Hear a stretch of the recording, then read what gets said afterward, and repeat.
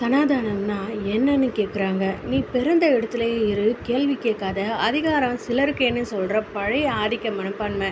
அதை தான் பெரியார் அவர்கள் உடைச்சிருக்காரு. அண்ணா அவர்கள் அரசியலாக்கியிருக்காரு.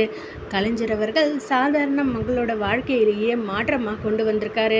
இது சாதாரண மாற்றம் இல்லைங்க, சனாதன மனப்பான்மைக்கு எதிராக நடந்த சமூக புரட்சின்னு தான் சொல்லணும்.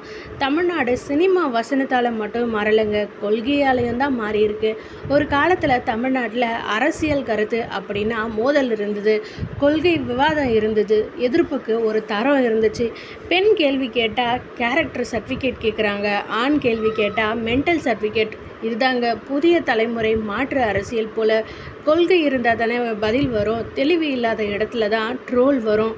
பெரியார் மண்ணில் பகுத்தறிவை பேசிக்கிட்டு அதே நேரத்தில் ஜோதிடரை அதிகார மையத்தில் அமர்த்துவது அரசியல் இல்லைங்க. சனாதனம்னா என்னன்னு கேட்குறாங்க. உடன்பிறப்பே உன்னோட லிமிட் என்னன்னு சொல்லும் பழைய சிஸ்டம். யார் மேலே யார் கீழே யார் பேசணும் யார் அமைதியாக இருக்கணும்னு தீர்மானிக்கிற ஆதிக்க மனப்பான்மை தாங்க. அதுதான் பெரியார் எதிர்த்திருக்காரு. அதனால தான் இன்னைக்கு ஒரு சாதாரண குடும்பத்து பையன் டாக்டர் ஆகிறான், ஒரு கிராமத்து பெண் கலெக்டர் ஆகிறா, அடித்தட்டு மக்கள் அதிகாரத்துக்கு போகிறாங்க. இந்த மாற்றத்துக்கு பேர் தாங்க திராவிட அரசியல்.